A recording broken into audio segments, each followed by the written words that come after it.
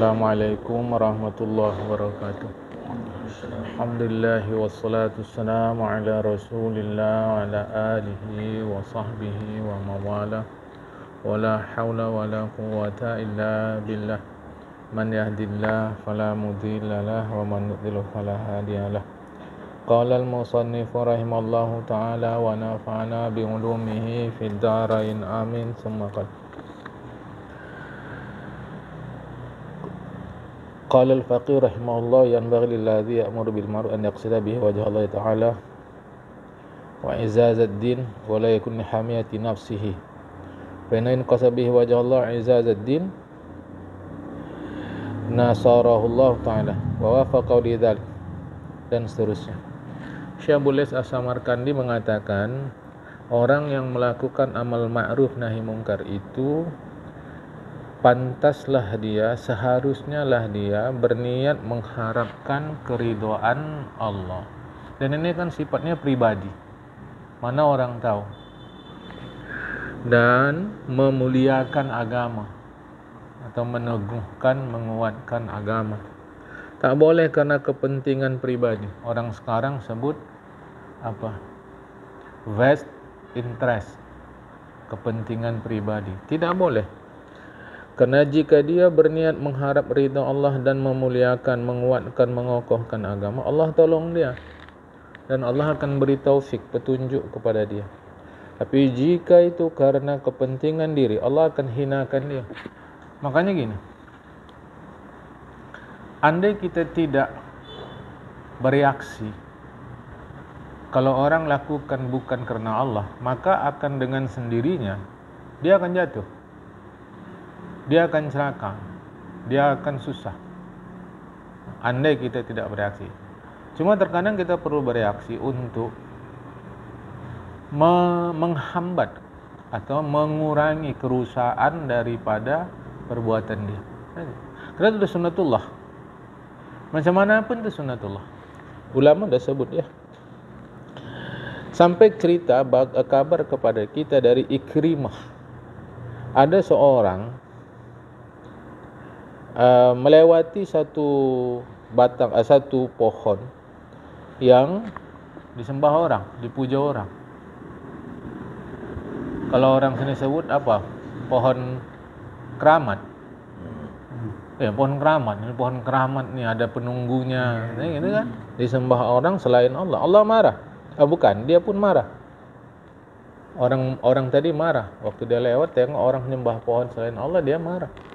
Karena Allah Ta'ala.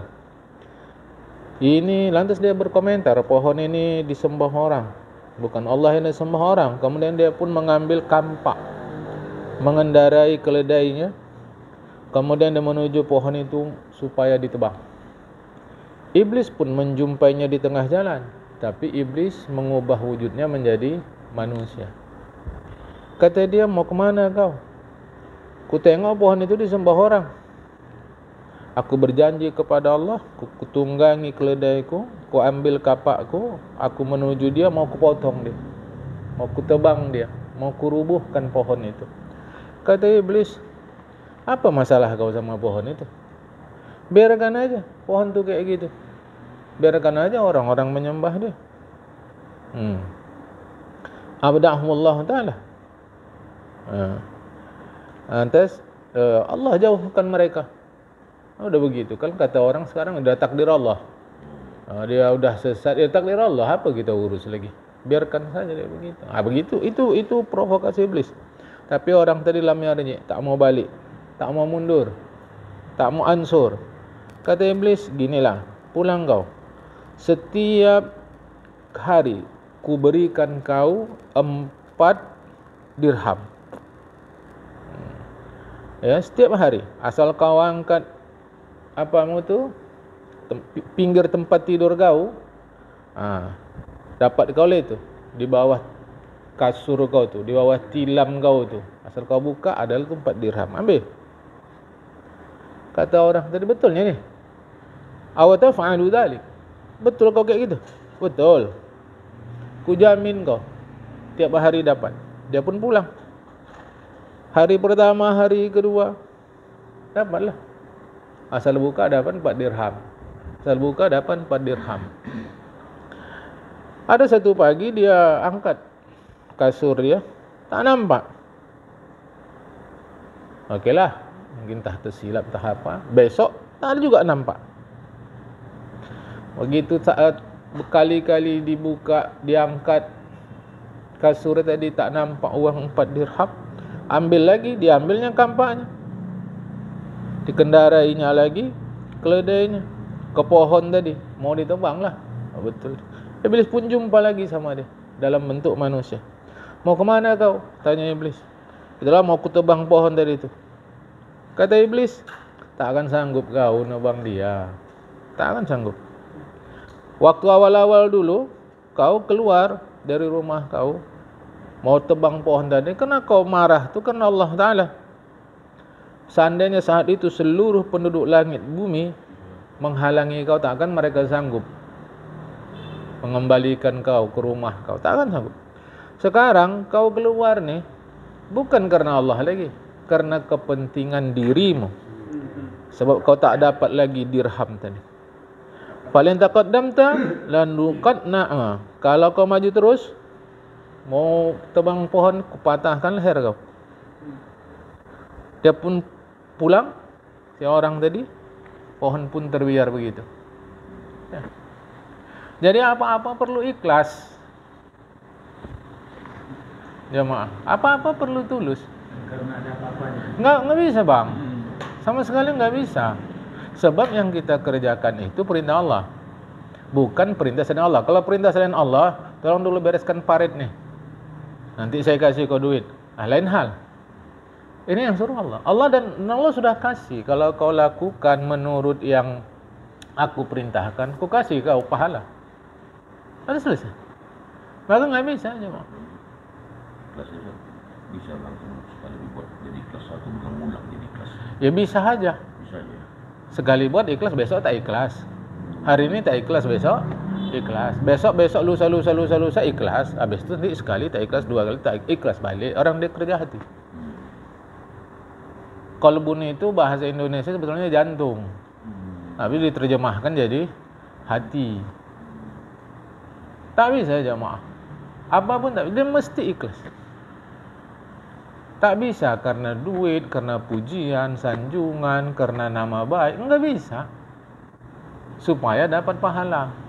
Jadi gini Ustaz, kalau tadi kita, itu kan perintah Allah Ustaz, kita ikhlas. Jadi kalau perintah manusia tadi Ustaz, kalau kita tidak ikhlas, ada hukum apanya, imbalan pahala dosanya Ustaz. Lagi-lagi salah konsep. Apa yang dimaksud dengan ikhlas? Itu ya, salah konsep. Ikhlas itu mengerjakan sesuatu mengharap keridhaan Allah Ta'ala. Kan gitu, mengharap keridhaan Allah Ta'ala. Karena itu, ikhlas itu tertuju pada ibadah mahdoh. Lah ini kan adat-adat ini bukan ibadah mahdoh.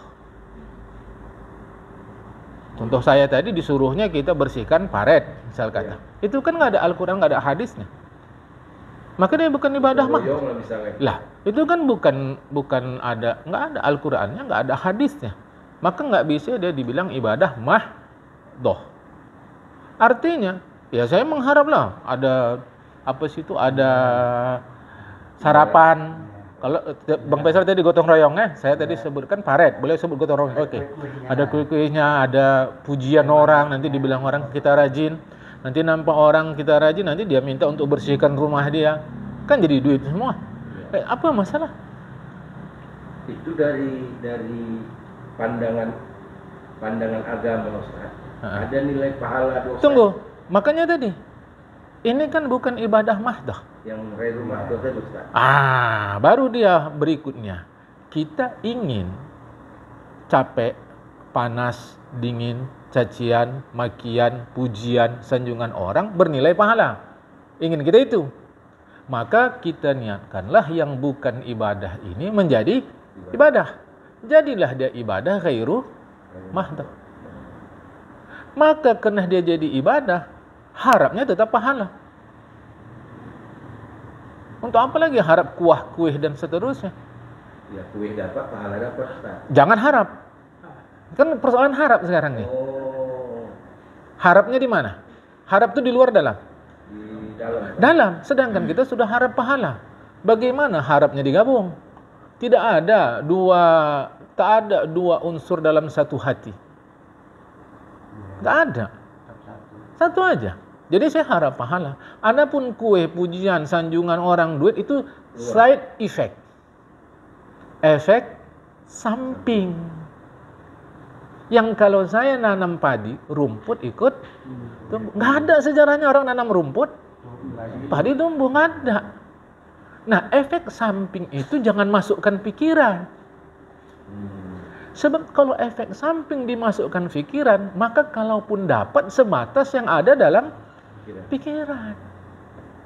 Sedangkan kalau nggak kita masukkan dalam pikiran, boleh jadi dapat lebih dari yang ada dalam pikiran. Maka nggak usah pikir. Nanti orang kan bilang, lah Anda itu kalau nggak kami kasih duit, nggak mau. Nah, persoalannya itu kan sudah kesepakatan kita.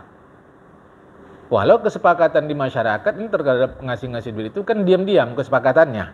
Nggak ada cerita musyawarah gini. Itu nggak sepakat, kasihlah duit. Itu kan efek samping.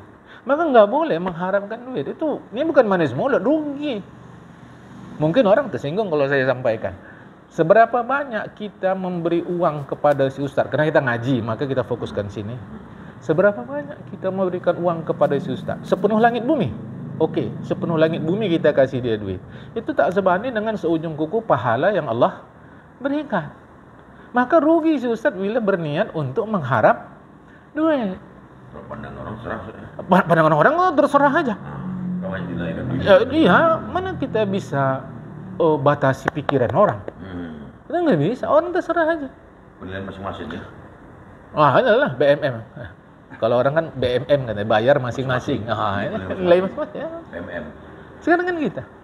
Makanya Anda rugi kalau Anda mengharap duit. Oke lah, sepenuh langit bumi Anda dapat duit itu. Dan bukan dalam rupiah, dalam mata uang yang paling mahal sekarang di muka bumi. Anda dikasih sekali mengajar dapat itu. Itu nggak sebanding dengan seujung kuku pahala yang Allah berikan. Mengapa? Nggak usah pakai agama bincangnya. Dikasih Anda duit sepenuh langit bumi. Macam mana cara Anda menghabiskannya? Apalah maknanya dia ada tapi nggak bisa dinikmati? Nggak, ini nggak pakai agama, pakai logika. Oke, untuk makan. Berapa banyak Anda bisa makan? Dari mana-mana kan rugi. Gitu loh. Nah, ini, tapi kan hanya sedikit narasumber yang berani menjelaskan seperti ini. Karena takut nanti masyarakat bilang apa. Itu nggak boleh dibiarkan. Masyarakat harus diajak berpikir dengan baik. Itu. Anda nggak boleh, sama sekali tidak boleh mengharap selain pahala. Bila Anda mengharap, rugi. Itulah ikhlas. Buat minta atau Hah? buat minta. Maksudnya? Kurang buat minta. Karena masyarakat kita nggak menghargai. Situ dia. Masyarakat kita nggak menghargai. Anda kerja apa di luar negeri? Jangan sebut Asia Tenggara ya, Eropa atau Amerika atau Australia atau New Zealand. Saya kerja tukang sampah aja. Kok nyaman Anda? Dihargai. Karena orang nggak akan bisa hidup tanpa tukang sampah. Sadar nggak kita? Kita nggak bisa hidup tanpa tukang sampah. Makanya gaji tukang sampah tinggi. Sini rendah. Lah di sini 20.000. tukang sampah nggak dihargai. Oh di sini Ustaz, kalau gaji tukang sampah besar, nah orang jadi tukang sampah. Apa masalah? Nah, ya itu Ustaz. Apa masalahnya? Asalkan hidup kita jadi nyaman. Iya, Wah, itu sekali aja nggak dibuang sampah. betul Ustaz. Waduh, itu penghargaan. Lah, saya pernah bilang, yang saya sampaikan ini, kalau dibayar, nggak dibayar, saya bilang.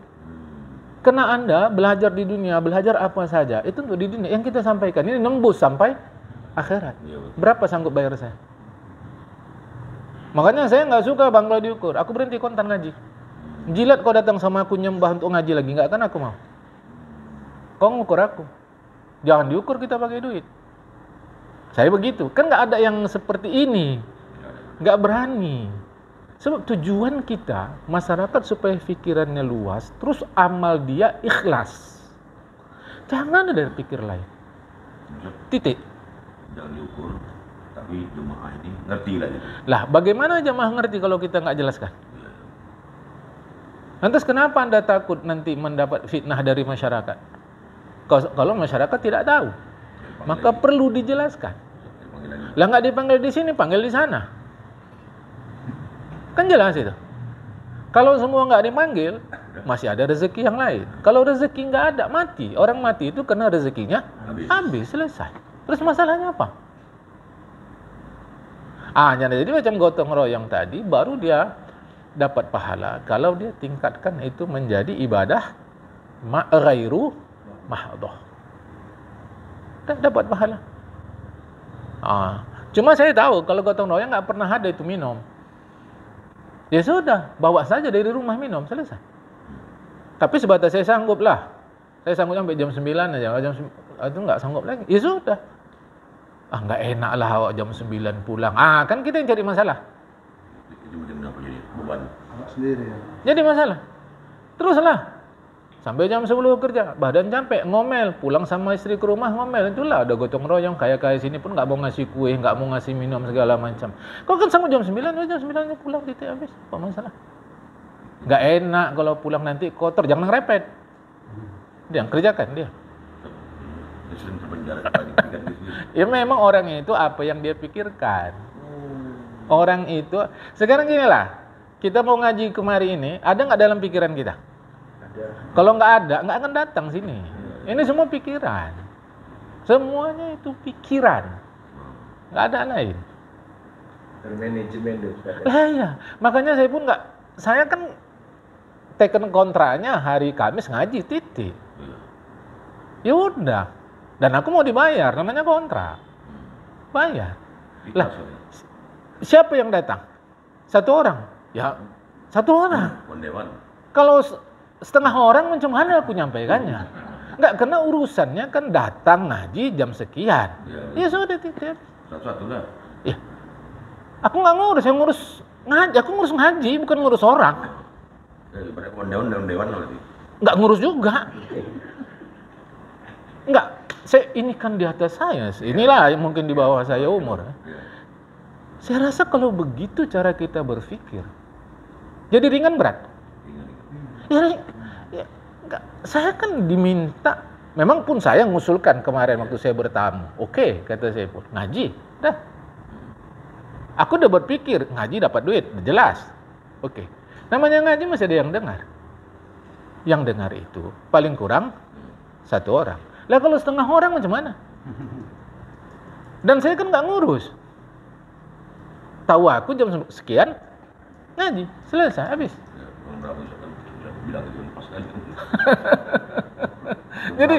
Jadi ringan dia. Itulah ikhlas. Dan itu adalah pikiran kita. Jadi yang mengiring kita datang sini, pikiran kita. Nggak ada lain. Maka yang harus dibersihkan pikiran. Abang Is. Jadi hidup kita usah terlampau dipikir rumit tentang orang. Enggak. Tak usah. Yang nyuruh mikir siapa? Enggak. Hidup ini ada yang ngurus enggak? Iya. Enggak, aku tanya Bang Is. Ada yang ngurus hidup ini enggak? Siapa?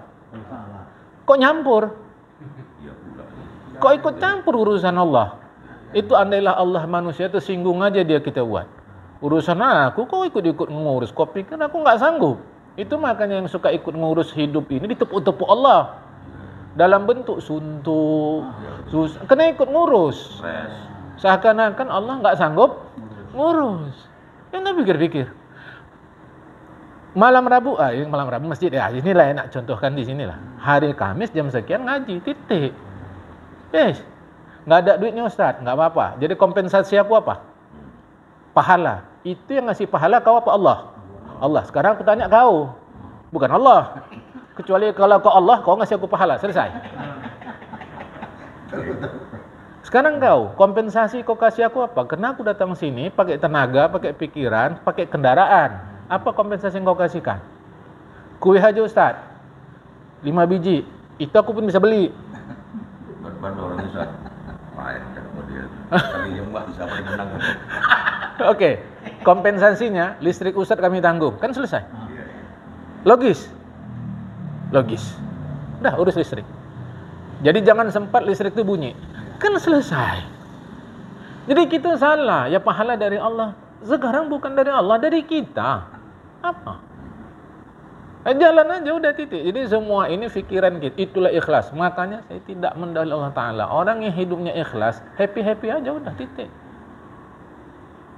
Enggak, masalahnya apa sih? Itu saya nggak ngerti. Ini orang-orang yang sudah mengalami pahit asam garam hidup ya. Kan? Biasa kalau ada orang menghina kita, mencaci kita. Yang menghina siapa? Manusia. Enggak. Ya orang ya. Mulut siapa? Orang. Mulut dia. Ya. Bukan mulut kita. Bukan. Ya. Apa hak kita ngunci-ngunci mulut orang? Enggak, biasa udah jadi pening kita gitu. Ya kita aja yang bodoh. Oh, gitu. Yang cakap dia kok yang pening kita? Jarang aja. Enggak, yang cakap kan dia. Yang fitnah kan dia. Kok kita yang pening? Sedangkan dia yang fitnah ketawa-ketawa. Kok awak pula yang difitnah pening? Hati awak tak tahu Ustaz. Hah? Hati awak. Enggak ngerti saya. Apa yang berat situ? Hati awak tak Enggak. terima. Iya, apa yang buat enggak terima situ? Oke, sekarang aku contohkan. Bang Is gila. Itulah fitnah aku. Iya, iya. Sekarang Bang Is tengok sendiri. Gila enggak? Tidak. Masalahnya apa? Enggak. Masalahnya apa? Sombong dia katanya. Sombong kita? Enggak, sombong kali mentang-mentang kaya. Kaya gitu rupanya. Tidak. Masalahnya apa? Orang kita enggak kaya. Kalau kita kaya, Ya bagus. mau dibilangnya sombong, serah itu. Yang punya harta siapa? Hah? Kalau memang kita pun kaya, Kaya. mentang kaya sombong. Harta siapa? Kita Terus masalahnya apa? Nggak ngerti saya. Terus terang aja sama. Masalahnya apa? izin Ustaz. Bisa. Ini kan apa namanya? Kondisi lah boleh dibilang. Memang begitulah keadaan kita di sebagai manusia. Iya. Kalau dapat berita yang tak enak aja, hati kita ini udah gulana gaduh, segala macam bercampur.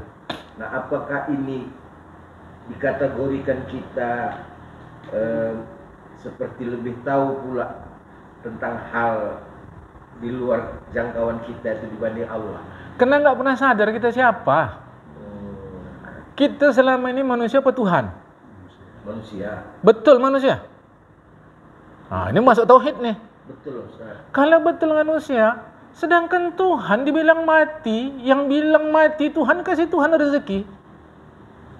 Ngapa awak parah kali? Kalau betul kita manusia, sedangkan Tuhan nggak disembah orang, tetap dikasih Tuhan dia kebaikan. Ngapa kita yang bukan Tuhan merasa macam Tuhan? Enggak, maksud saya tadi Ustaz, dengan kondisi pikiran kita seperti itu, Iya. apakah kita bisa dikategorikan macam kita lebih ngerti dari itu? Itulah yang saya maksud tadi. Kita ini tak merasa manusia, tapi merasa Tuhan. Kita ini merasa Tuhan. Jadi Tuhan itu baik buruk? Baik. Tuhan itu kekurangan kesempurnaan. Lah kita tersinggung kan kena merasa sempurna. Kan kita merasa sempurna. Lah kalau Anda merasa sempurna, itu udah 2 kali sakit. Berarti dia nggak sempurna. Tapi dia merasa sempurna, kan 2 kali sakit dah. Biar aja dia bilangnya, kau memang dong otak kau ya. Cuma kau ngaji, nggak ada guna sembahyang kau. Yang bilang siapa? Ya udah biarin aja hak mulut dia ngomong kok. Kan kasihan kalau dia punya mulut nggak ngomong. Dipikirkan awak. Hah? Dipikirkan awak. Sedangkan dia yang ngomong jahat begitu nggak dipikirkannya, kenapa pula mikirkan cakap dia? Jom gitu. Enggak. Dia memfitnah kita. Habis dia memfitnah kita, dia beli bakso nggak? Dia beli bakso. Ngapa pula yang suntuk jadi pulang? Awak yang tak bisa makan bakso. Coba. Nggak mikir mulut dia. Iya. Dia sendiri nggak mikir mulutnya. Iya, betul. Awak mikirin mulut dia. Awak nggak bisa makan. Jadi sebenarnya yang ngurus orang tuh dia apa kita? Gitu ya. Iya. Lah terus Iya pula. Terus nggak masalahnya Jadi apa? kuncinya apa di situ Ustaz? Manusia kau bukan Tuhan, titik. Nah, itu dia. Orang Orang Rusia. urus. Selama kau manusia, pasti kau tak sempurna.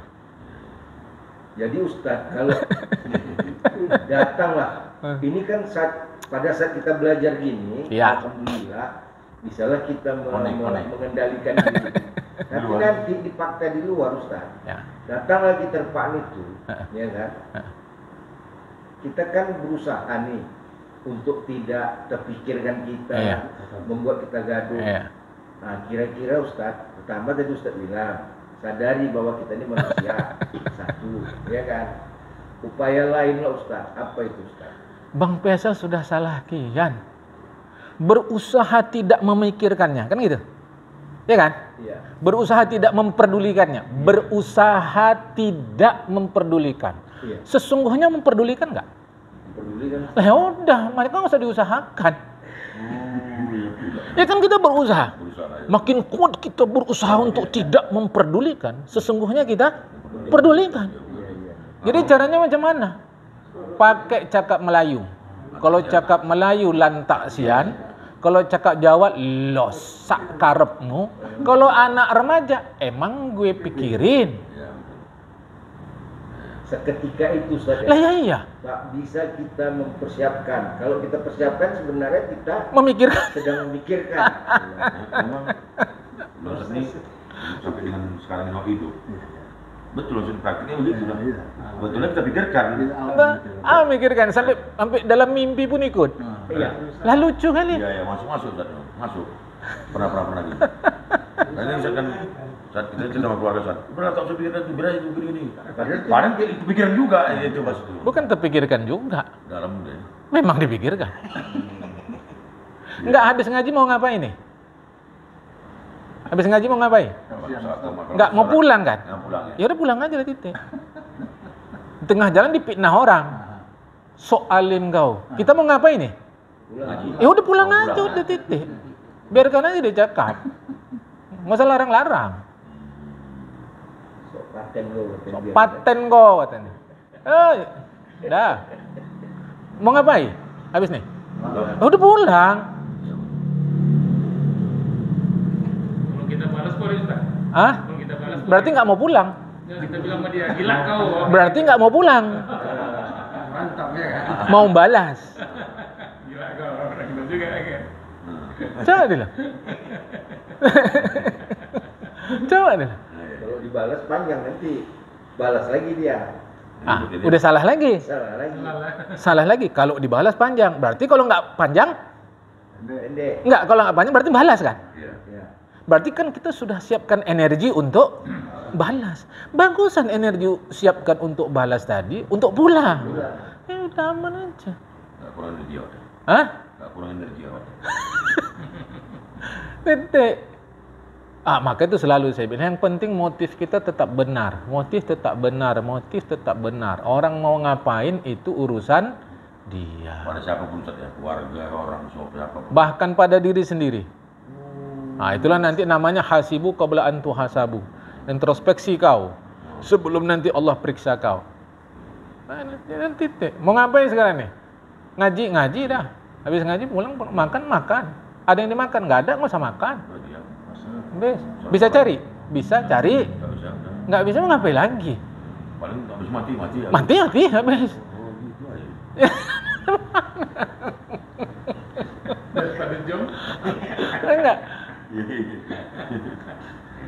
Cuman Jadi ringan deh ya. ya memang kayak gitu kan. Jadi cuma makanya saya yang tidak mengerti. Aku satu dari Rasulullah, dua dari agama, tiga dari pengalaman hidup. Ya udah selesai. Mulai Kamis depan kita berhenti ngaji, Ustaz berhenti. Udah habis. Apa pula dibawa? Dibawa gitu pun berhenti nggak? Berhenti. Jadi skornya kan 2-0. Iya. Satu udah berhenti ngaji, kedua pikiran suntuk, ketiga duit nggak dapat, tidur payah, 4-0. Kosong. Selisih angka nggak bisa nih. Ya. Iya dengan ngaji nggak ngaji titik. Tinggal lagi mau apa nanti ini untuk hasilkan duit. Tadi. Apa yang harus kita buat? Ya nggak usah. Nanti kan Allah urus. Sejak kapan Allah ngurus duit kita? Orang yang kerja bengkel kita bukan Allah.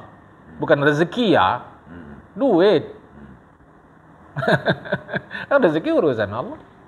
Santai lah hidup. Santai wae lah. Zaman Zionis Israel lah jadi kasih rezeki Ustaz ya. Bangkok Zionis abang bilang. Yang mengatakan Allah sudah mati. There is no God. Atau kata God is dead. Kan udah mati. Itu ada filsafatnya. Tuhan dah mati. Terus apa?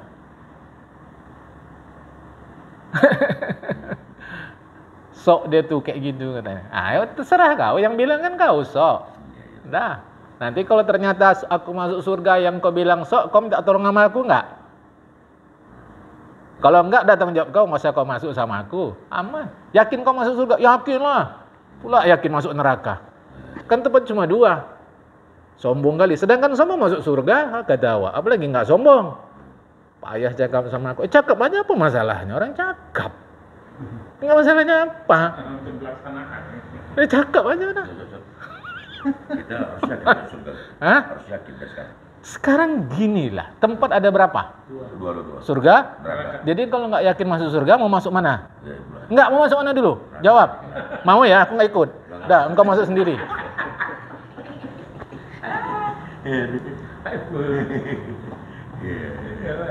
Apa lagi dah? Ini ada cara Ustaz. Hah? Caranya kan harus kita siapkan ya. Bang, jangan masuk surga bang. Mau minum ini pun ada caranya. Coba sekarang abang minum nih dari atas kepala gini.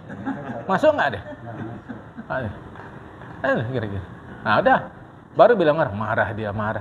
Tidak, saya memancing pikiran gitu. Pikiran kita itu jalan. Kita sekali Sedangkan ini ada cara. Cuma masuk surga nggak ada caranya. Gitu.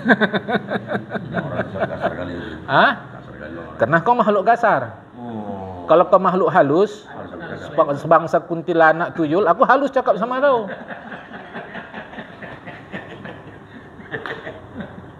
Nggak awal ini buat susah. Iya.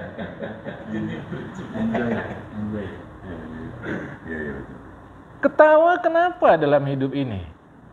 Masalahnya apa? Ini itu yang selalu saya bilang, lebih tua muka dari umur. Iya. Umur 35, muka 63. Dibalik kan ya. Bisa lah. 53. Baru bilang orang nanti, dia nggak pernah ngalami susah. Kalau aku ceritakan, mungkin susah kau belum sampai 1/10 susah aku. Tapi gimana, untuk apa? Kan? Nah, kita salah paham dalam hidup mungkin. Ya maaf kan? Jadi santai aja lah, udah titik. Kan? Paham dah nih? Hari-hari, begitulah kita hadapi. Termasuk orang bilang, mari menghadapi masalah kita. Aku bilang, aku nggak berani ngadapin masalah. Itu saya 20-an tahun lalu saya bilang tuh pengajian mak-mak tuh. Itu mak-mak guru, macam-macam lah. Guru tuh, mereka kemarin tuh aktivis sekolahan lah. Guru. Aku nggak berani ngadepin masalah. Aku bilang. Jadi cuma ada malam. Ya jalan aja deh titik. Karena aku lemah. Ini masalah ku hadapi. Kan perlu energi. Jadi biarin aja masalah kita udah titik. Itu cara aku nggak tahu cara kita. Masalahnya apa? Rumah bocor. Hadapi. Cuma ngadapinya. Dikerjakan. Ya kerjakan aja. Bisa kerjakan? Bisa. Nggak bisa? Udah diam. Suruh tukang. Kalau ada duit bayar tukang. Nggak ada duit tampung airnya. Air tampungnya siram pokok. Jadi saya sampai sekarang nggak berani ngadapin masalah. Terus terang aja. Karena saya lemah. Macam mana ngadapin masalah? Ngadapin makan aku berani. Apalagi kalau rendang jengkol situ.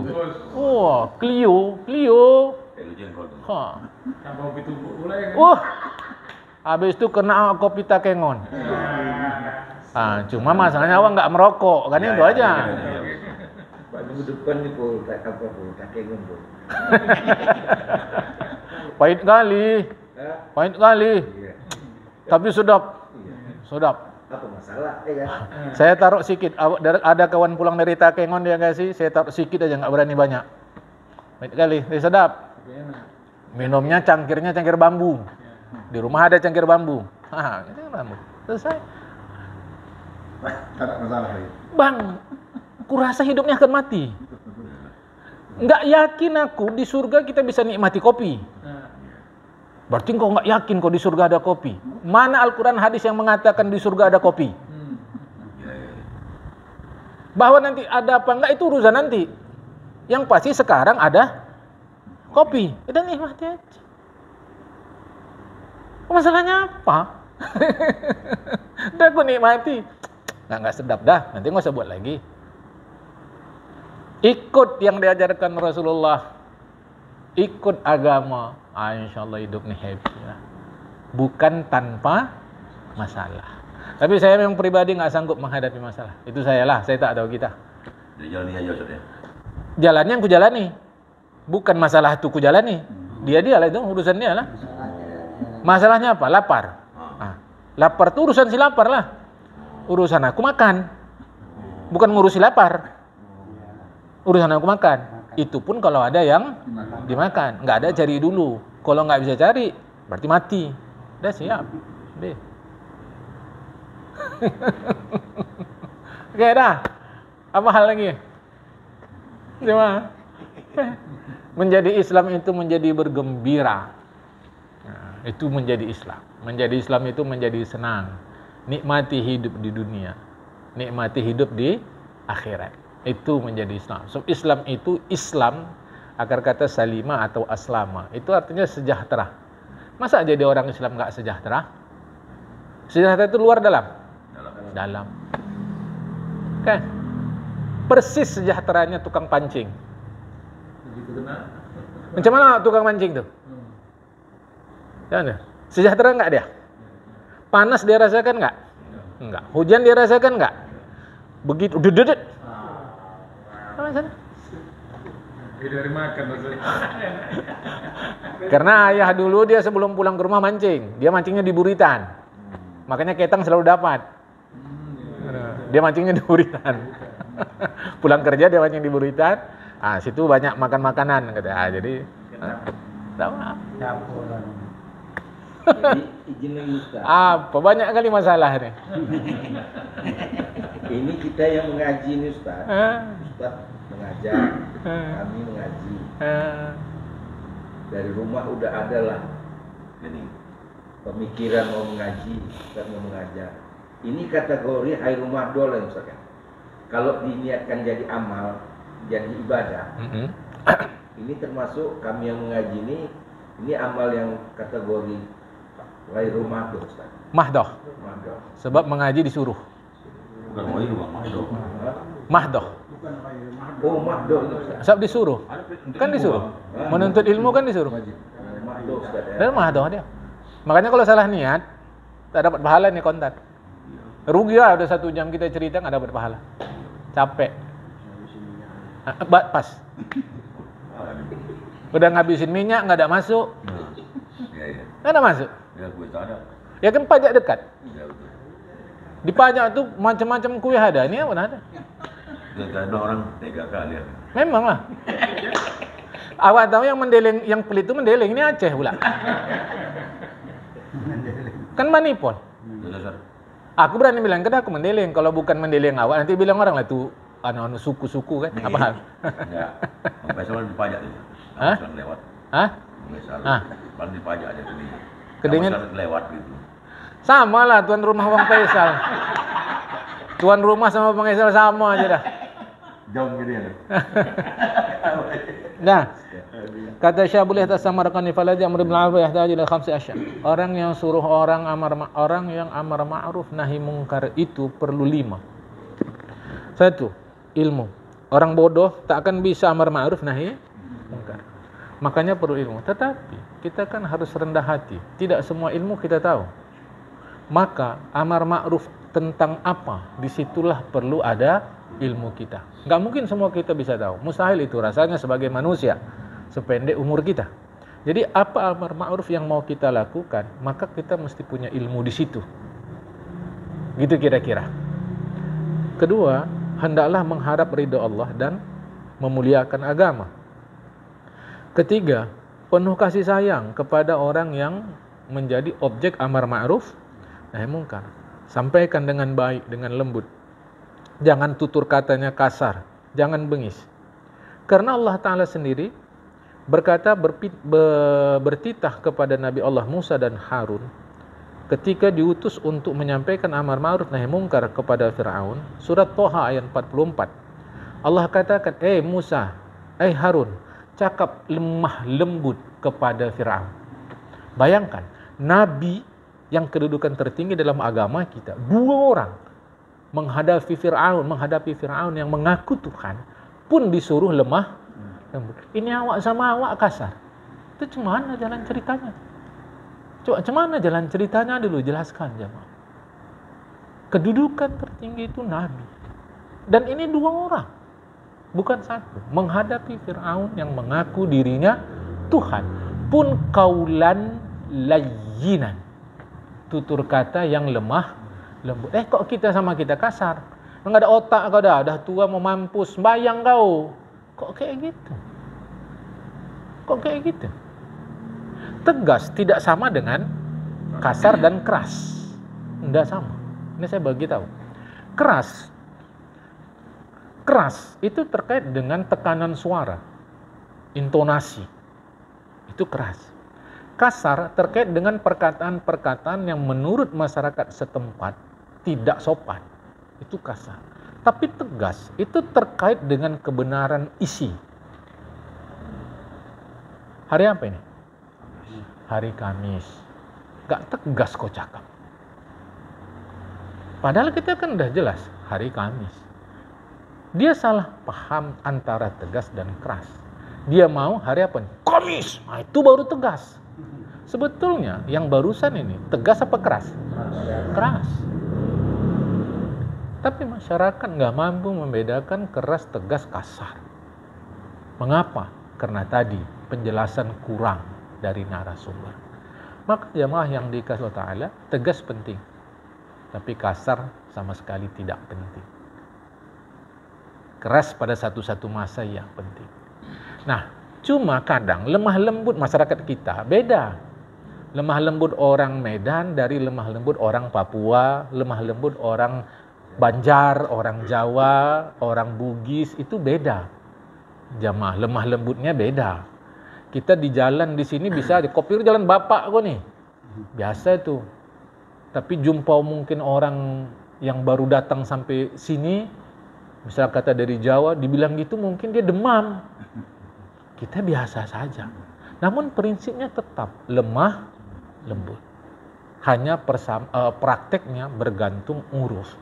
Uruf itu kebiasaan setempat, jamaah. Yang ketiga, keempat, mesti tahan lagi santun. Di situ mungkin diterjemah sabar. Sabar itu tahan lagi santun. Jamaah, tahan lagi santun. Allah Ta'ala menjelaskan kisah Luqman kepada anaknya. Luqman ini orang Ethiopia. Cuma ulama khilaf, apakah Luqman nabi atau bukan. Tapi dia waliullah ya, kekasih Allah ya. Apa kata dia? Wahai anakku, suruhlah lakukan amar ma'ruf nahi mungkar, tahanlah terhadap apa yang menimpamu. Artinya tangan mencincang, bahu memikul. Memukul air di dulang, terpercik ke muka sendiri. Tidak ada tindakan tanpa risiko. Nggak ada. Makanya saya pun nggak mengerti, kita harus mampu menghindari risiko. Rupanya ada yang nggak berisiko. Makan risikonya kenyang. Nggak makan risikonya lapar. Jadi ada rupanya yang nggak pakai risiko. Mungkin dia bilang minimalisir risiko. Kita setuju. Kurangi risikonya. Maka diperlukan langkah-langkah bijak supaya risikonya bisa berkurang. Lucunya di masyarakat kita, semakin hebat risikonya dianggap semakin hero. Semakin berani kasar dianggap semakin hero. Ini masyarakat kita. Contoh. Kan ini misal kata paret depan rumah kita macet. Ada 2 aksi yang dilakukan. 1, aksinya adalah bergotong royong membersihkan. Aksi yang kedua adalah datang ke rumah Kepling, menegaskan kepada Kepling, mengapa lingkungan kita bisa begini. Di dalam pikiran masyarakat, mana yang pemberani? Itu. Dan itu mendapat sanjungan. Itulah kita saat ini. Padahal itu selesaikan masalah tidak? Faktanya belum tentu. Tetapi yang tidak menghadapi si Kepling tadi, hemat bicara, hemat suara, dengan mengerjakan pembersihan paret, terbantu nggak? Dan itu dikasih jempol nggak oleh masyarakat? Biasanya. Hah? Nggak dikasih. Biasa aja. Yang disebut pemberani, yang tadi menghadapi. Iya, iya. Itu kita. Kita selalu, jadi lama-lama saya pikir, kenapa kita begitu? Wajar, mungkin kita darah pejuang. Ratusan tahun menghadapi Belanda, menghadapi Jepang, jadi makin masih terbawa sampai sekarang, sehingga kita lebih mau, kalau cara bahasa anak-anak saya itu, one day one. Lebih mau itu daripada kita melakukan penyelesaian masalah dengan hemat bicara. Gitu. Kan? Mungkinlah. Yang kelima, apa yang harus dimiliki oleh seorang yang amar ma'ruf nahi mungkar? Lakukan yang kau amar ma'ruf nahi mungkar itu. Apa yang kau amarkan, kau suruh lakukan. Apa yang kau nahi, kau larang, jangan lakukan. Supaya kau tidak diejek orang. Sebab nanti masuk itu dalam Al-Baqarah 44. Kalian suruh orang buat baik, kalian sendiri lupa pada diri kalian. Ini pada pelaku amar ma'ruf nahi mungkar. Lah kepada kita yang dijadikan sasaran amar ma'ruf nahi mungkar, andai kata dia tidak menyesuaikan dengan apa yang dia suruh, itu urusan dia. Urusan kita, apa yang disuruhnya kalau baik, lakukan. Nanti kita bela diri, nyuruhnya orang, dia sendiri nggak kayak gitu. Maka kita nggak akan maju. Kita tidak akan maju-maju. Biarlah dia tidak menyesuaikan perbuatan dengan ucapannya yang rugi dia. Tapi kita jangan rugi. Ketika kita bilang, dia sendiri yang nggak buat, maka kita rugi dua kali. Satu, kita mengeluarkan kata-kata yang tidak baik jadinya. Yang kedua, kita sendiri nggak mengalami perbaikan. Kalau bahasa orang sekarang, progres, tidak mengalami kemajuan. Maka kita rugi. Yang menarik itu kan harus masalah juga. Tidak ada ruginya kalau kita memberikan tahu orang yang baik, tapi kita belum berbaik. Ada iya. Kita nggak rugi. Setidaknya kita menyampaikan kebaikan, dan itu ada kredit poin untuk kita, ada pahala untuk kita. Satu, Ustaz itu nyampaikan aja kan, tapi nggak dibuatnya. Sampai sama kita, apa itu katanya, ada berkahnya, ada gitu Ustaz kan. Itu menyampaikan, tapi nggak buat, cuma nyuruhnya atau keberkahan itu nggak ada kan. Begitu Ustaz. Dia si Ustadz nggak melaksanakan. Ustadz nggak melaksanakan. Ustadz nggak melaksanakan, hanya nyampaikan. Oke. Kita bukan Ustadz, nyampaikan pun tidak, laksanakan pun tidak. Mana yang lebih tinggi? Dia Ustadz, kita bukan. Dia udah menang 1-0. Dia nyampaikan, kita enggak. Udah menang dia 2-0. Dia nggak ngamalkan, kita nggak ngamalkan. Dia kalau 1. Jadi skor 2-0. Dia Ustadz, kita bukan. 1. Dia nyampaikan, kita enggak. 2. Dia nggak melaksanakan, kita pun nggak melaksanakan. 2-0. Dia 2-1, kita 3-0. Ya, kalau kita hadap-hadapkan kan jadi skor 2-0 jadinya. Skor kan 2-0. Jadi kalau ada selisih angka, dia naik kan? Dia menang dia. Kita enggak juga. Terus, kenapa pikiran-pikiran seperti ini nggak sampai di masyarakat? Karena ustadznya tidak menjelaskan. Jadi kalaupun si ustadz nggak melaksanakan, skor dia masih lebih tinggi dari kita. Ternyata yang dia sampaikan, dia nggak amalkan, tapi kita amalkan. Oke? Yang dia sampaikan, tidak dia amalkan, tapi kita yang amalkan. Perhatikan. Dia ustadz kita? Bukan. Dia nyampaikan kita? Tidak. Dia nggak ngamalkan, kita ngamalkan. Berapa skor? 2-1. 2-1. Walaupun kita nggak naik, catatan sejarah kita melakukan perlawanan. Imbang tidak, menang apalagi, tapi perlawanan ada. 2-1 kita ya. Iyalah. Dia 2, kita 1. Kita ustadz bukan nyampaikan, nggak, tapi ngamalkan. Coba dulu. Jadi nggak ada, istilahnya di sini nggak ada sia-sianya Ustaz. Ya nggak ada. Cuma memang Anda sebagai penyampai kena teguran Tuhan. Iya di sini. Kenapa kau suruh orang? Kau nggak buat. Iya. Urusan siapa nih? Dianya. Urusan dia kan? Bukan urusan kita. Ini dalam hubungan dia dengan kita apa dia dengan Allah? Lah kenapa kita ngurus urusan dia dengan kita? Jadi yang Allah siapa? Kita jadinya. Lah kalau kita Allah, pantas mengucapkan Allahu Akbar. Iya boleh. Kita ada jadi Allah boleh. Yang pantas Ana Akbar atau Allah Akbar. Iya. Jadinya kalau kayak gini. Iya. Kalau gini yang pantas jadinya kan Ana Akbar, bukan Allah Akbar. Tapi hari-hari kita bilang penipu nggak? Kan rusak berkali-kali kita nih dah. Jadi Tuhan. Oke dah. Paham ni dah. Kan? Ayo nah. Anas bin Malik meriwayatkan dari Nabi katakan, malam Isra waktu aku diangkat Allah ke langit, nampak aku orang-orang menggunting lidahnya menggunakan gunting. Aku tanya Jibril, siapa mereka wahai Jibril? Jibril jawabnya tukang-tukang merepet, kata Jibril. Kalau di sini tukang khutbah. Di situ apa tukang khutbah? Ahli pidato, tukang ceramah, cakap aja. Mereka suruh orang baik, larang orang. Tapi mereka suruh orang baik, tapi lupa sama diri sendiri. Mereka baca Quran, tapi tak paham. Artinya mereka baca Al-Quran, mereka tak lakukan isi Al-Quran. Itulah dia. Kan?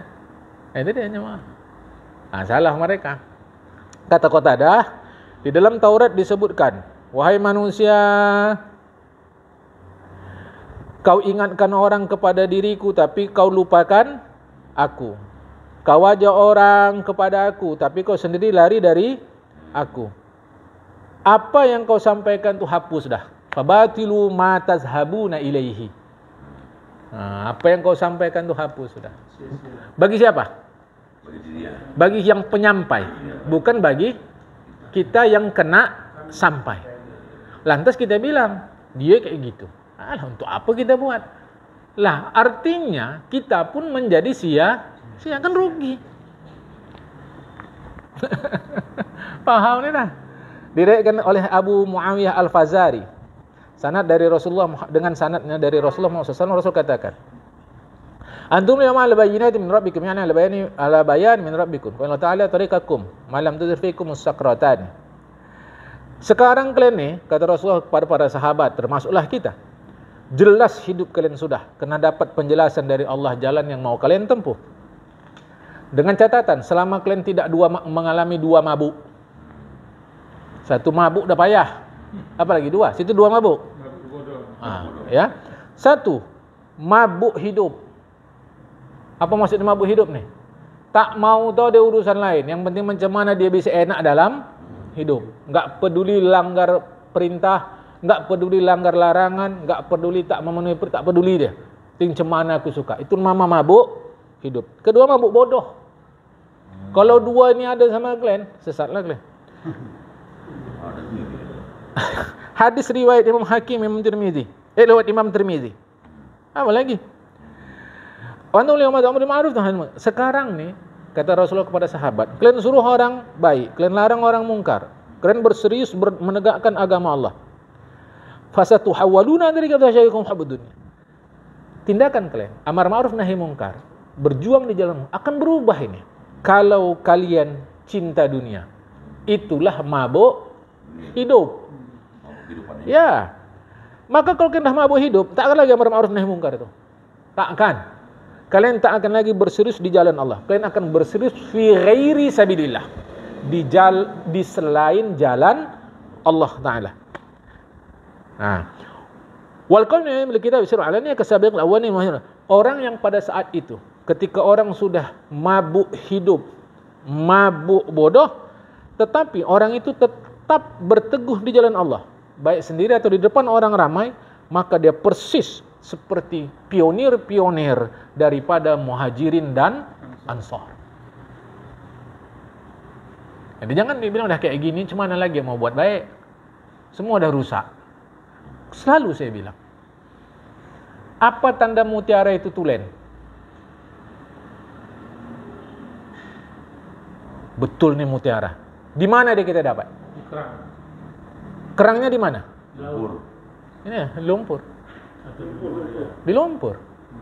Mutiara tulen tak akan kita dapat di pasir. Dia di lumpur. Oke. Mana lebih tulen? Lumpur atas, lumpur dalam. Dalam. Mutiara tadi. Dalam. Lumpur dalam. Sekarang saya tanya, mutiara warna apa? Lumpur? Dalam.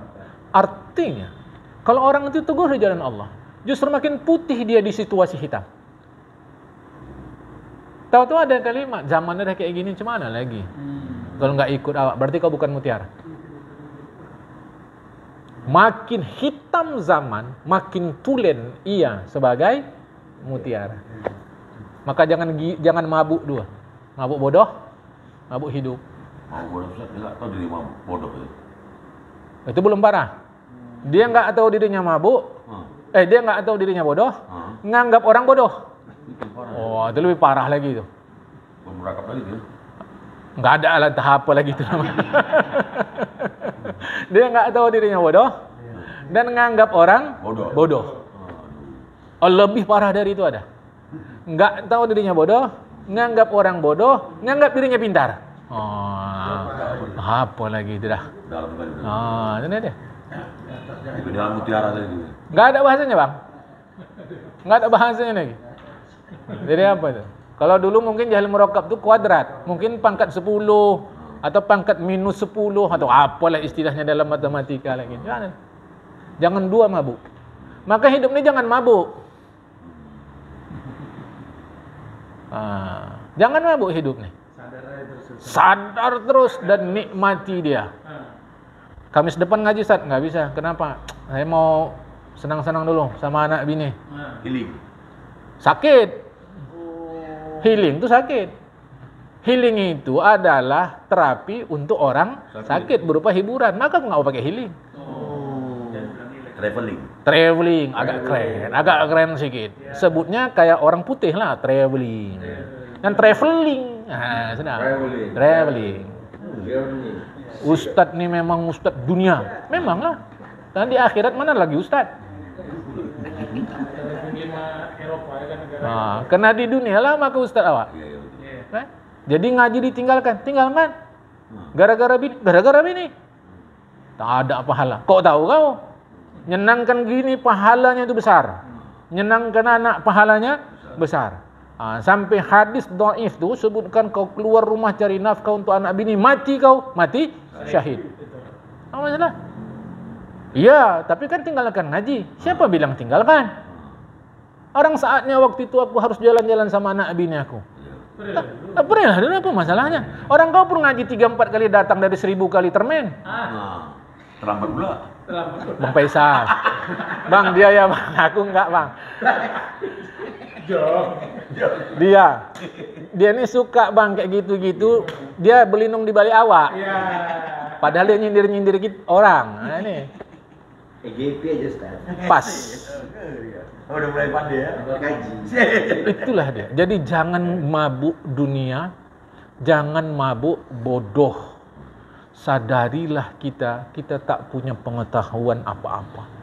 Atas kesadaran kita tak punya pengetahuan apa-apa, itulah yang mendorong kita untuk tahu apa-apa. Bersemangat sudah.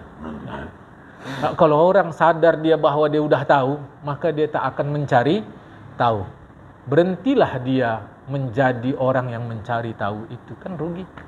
Jemaah. Paham dah? Oke ya. Jadi kalau jadi seperti pionir-pionir Ansor, Muhajirin Ansor, jangan mabuk. Jangan mabuk hidup. Jangan mabuk bodoh. Tetap amar ma'ruf nahi munkar, tentu dengan kemasan-kemasan lah.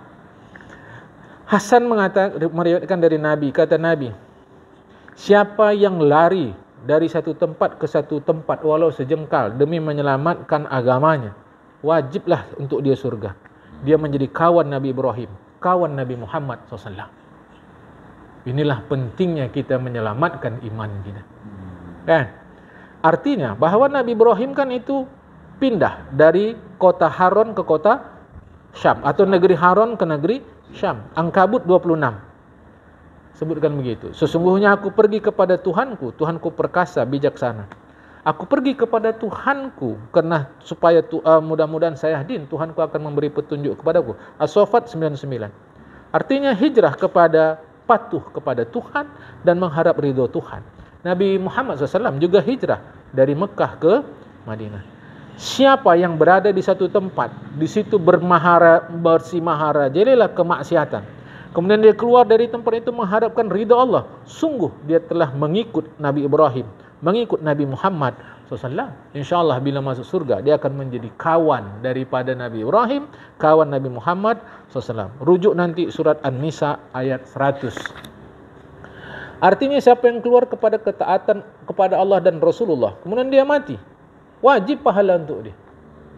Makanya niatkanlah hidup kita hari-hari berpindah dari maksiat ke taat, dari maksiat ke taat. Kalau bisa pindah fisik, pindah fisik. Kalau tak bisa, niatkan terus memperbaguskan diri.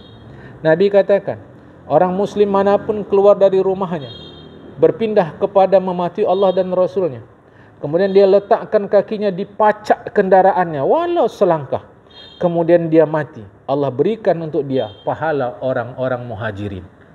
Tengok itu. Ini hadis riwayat Imam Ahmad. Orang muslim yang keluar dari rumahnya menuju ke jalan Allah, kemudian dia dicelakakan oleh kendaraannya sebelum berperang, atau disengat oleh binatang berbisa, atau dia mati macam mana matilah, dia terhitung mati syahid akhirat.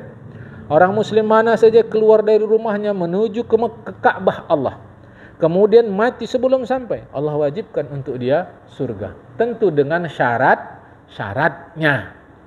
So dia tunaikan ibadah haji pakai uang hasil korupsi, mati, wah, enggak cocok itu. Ya, kata Syekh Abdul Aziz As-Samarqandi, siapa yang keluar dari negerinya, siapa yang tidak keluar dari negerinya, sedangkan dia sanggup menunaikan ke perintah-perintah yang difardukan Allah, tak apa-apalah, tinggal di situ juga tak apa-apa. Dengan syarat dia benci kepada perbuatan maksiat, dia dimaafkan.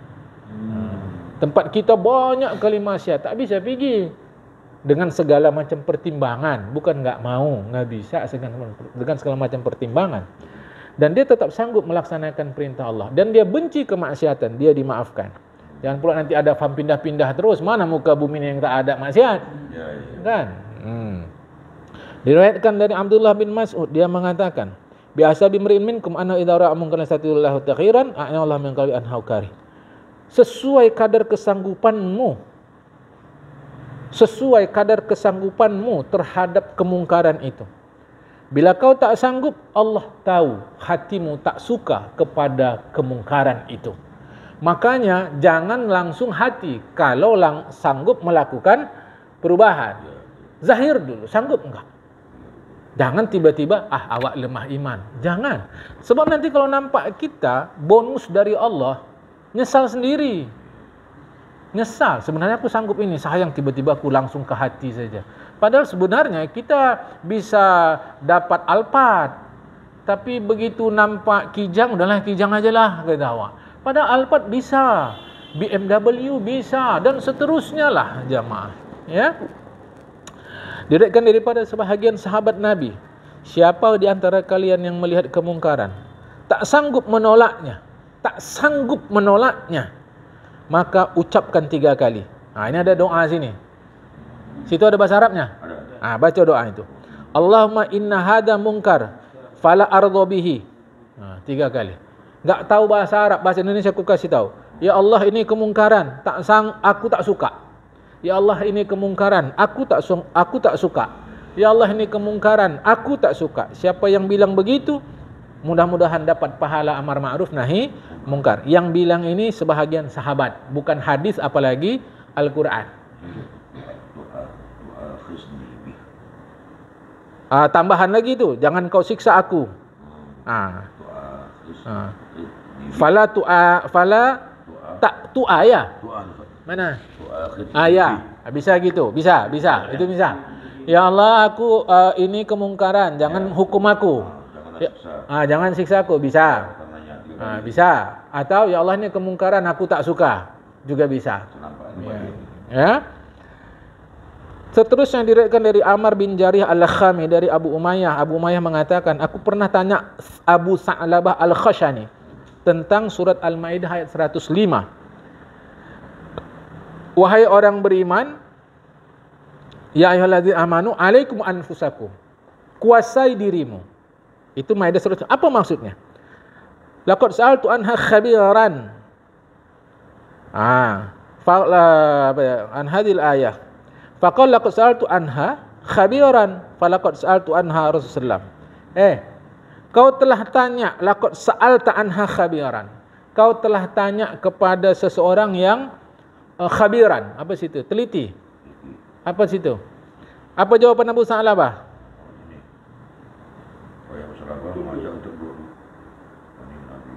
Dan apa kata Abu Sa'labah? Khabiran itu artinya orang yang teliti. Cek mari.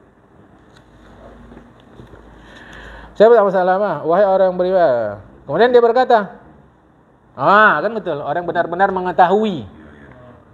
Itu khabiran. Kau nanya aku. Jadi Abu Umayyah tanya kepada Abu Sa'labah tentang Al-Maidah 105. Wahai orang-orang beriman, kuasai dirimu. Betul lah. Kau tanyalah betul sama aku. Aku ini orang yang teliti, orang yang betul-betul mengetahui. Dan aku pun tanya Rasul tentang ayat ini. Kata Rasul Abu Sa'labah, maksud ayat itu amar ma'ruf nahi mungkar. Fa idza ra'aita dunyan mu'assaratan. Apabila nampak kalian sudah manusia mendahulukan kehidupan dunia. Apabila kau lihat orang sudah kalau bahasa Melayu ada kedekut. Ya, dikikir. Di situ pelit kan? Kikir diikuti. Enggak ada bahasa Indonesianya. Bahasa Melayunya ada. Kedekut, bahasa kita bedangki. Rupanya ada lagi lebih parah dari kedekut. Bukan, cengkiang. Waktu itu saya ngisi pengajian Melayu. Ada bilang gitu ya. Langsung jamaah tuh bilang, ada lagi lebih parah dari itu katanya. Cengkiang. Cengkiang, Ustaz. Bahasa Pulau Pinang, ceneke. Itu sama cengkiang. Sama lah itu kali. Berarti di bawah bedangki. bedangki. Ngeri kali kalau itu. Sangat aneh. Itu dia. Ceneke. Mana tahu sampai Tanjung Pinang nanti kan? Pulau Pinang. Apa? Pulau Pinang. Cuman. Jadi kalau kalian tengok orang sudah mengutamakan hidup dunia, kalau orang udah kalian tengok cengkiang tadi, kalau orang kalian tengok udah merasa hebat dengan pikirannya, dengan pendapatnya, saat itu alaika nafsaka, kuasai diri kalian. Fa inna min ba'dikum ayyam as-sabri. Nanti setelah itu, itulah disebut hari-hari sabar. Hari-hari harus menguasai diri. Walitamasuki ma'antu alaihi yawm. Walil mutamassiki yawma idzin bimislil ladzi antum alaihi yawma. Maka pada saat itu, kalau orang sanggup menguasai diri dia, untuk dia pahala 50 orang yang melaksanakan amar ma'ruf nahi mungkar. Di antara kalian, sahabat masuk Rasulullah. Makanya ulama mengatakan pada zaman itu nilai orang tadi setara dengan 50 orang sahabat. Kata mereka, kata sahabat, ya Rasulullah, pada saat itu satu orang yang demikian setara dengan kami yang 50 orang. Kata Rasulullah, ka'ajri khamsina amilan minkum. Seperti pahala 10 orang di antara kalian. Itu. Jadi seakan-akan pahala kita 50 orang sahabat. Kalau sudah sampai zamannya, apa dia? Orang gila dunia, orang bedangki, dan orang sudah merasa hebat dengan pendapatnya. menurut pendapat saya begini-begini, kata si A. Kata si B, itu nggak tepat gini-gini. Ih, mak, kau pula bilang aku salah. Dia tak mau dia pendapat dia disalahkan. Tak mau dia. Kalau udah dapat 3 tu, berteguh di jalan Allah kita, insya Allah pahala kita seakan-akan pahala 50 orang sahabat Nabi. Sekarang udah masuk. Aku tak tahu. So nanti kalau aku bilang iya, bunyi keluar lain. Kata Ustaz tu keinlah zamannya. Itu nanti aku tak mau. Kata aku nanti, kan? Cakap awak dipakainya. Dari Qais bin Abi Hazim, dia mengatakan, aku dengar Abu Bakar Siddiq mengatakan, innakum taqra'una hadzal ayah wa tad'unaha fi ghairi madhiha. Kalian dengar ayat ini, tapi kalian salah tempatkan. Al-Maidah 105 tadi. Wahai orang beriman, kuasai diri kalian. Kalau kalian sudah dapat petunjuk, orang sesat enggak akan bisa membahayakan kalian. Balik semua kepada Allah. Ayat itu betul, tapi kalian salah tempatkan. Aku dengar Rasulullah. Apa maksud ayat ini? Ma min qaumin yu'malu fihim al-ma'asi wa la yughayyirunha illa awshaka an ya'amuha bi iqabin minhu. Mungkin kalian berpaham macam tadi. Kalau kalian sudah baik, orang buat buruk, itu enggak akan membahayakan kalian. Jadi enggak usah tergi perbuatan buruk dia. Mungkin kalian berpaham begitu. Padahal maksud ayat ini kata Rasulullah, hadis riwayat Imam Abu Daud. Tidaklah perbuatan maksiat yang terjadi di tengah-tengah kalian, tapi kalian tidak mau mengubahnya.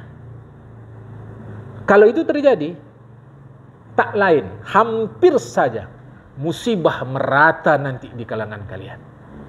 Tetapi ayat itu kalian pahami, kalau kita udah baik, orang buruk, nggak akan apa-apa tuh sama kita. Biarkan aja, nggak akan pengaruh pada kebaikan kita. Sepintas pemahaman itu betul menggunakan ayat ini. Padahal ayat ini maksudnya, kalau kalian sanggup mengubahnya, tapi kalian tak peduli, kalian nggak terge. Yang penting kalian sembahyang, orang nggak sembahyang kalian nggak peduli. Yang penting kalian sedekah, orang nggak sedekah kalian nggak peduli. Lantas kalian berpaham berdasarkan ayat ini, nggak apa-apa, kita nggak akan terpengaruh. Kata Rasulullah bukan itu. Kalau kalian tidak peduli, hampir saja musibah itu nanti merata, kalian pun kena. Nah, ayatnya betul, tapi kalian salah tempat, salah paham. Kata Abdullah bin Mas'ud radhiyallahu anhu, bahwa dia pernah ditanya tentang Al-Maidah 105 ini. Kata dia, "Laisa zamanu hadza, laisa zamanu zalik." Bukan masa kita sekarang nih, kata Abdullah bin Mas'ud.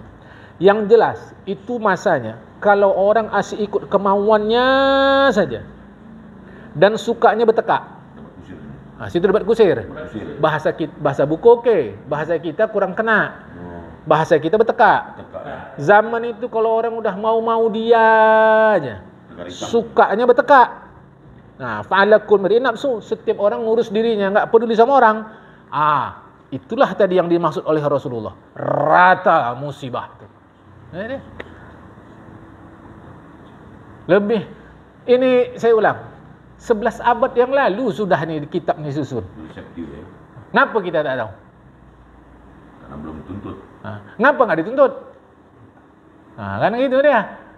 Itu selalu saya kata. Jadi kalau orang dah ikut mau dia aja, sukanya bertekak. Terus orang mau ikut mau dia, enggak mau yang lain, dia aja.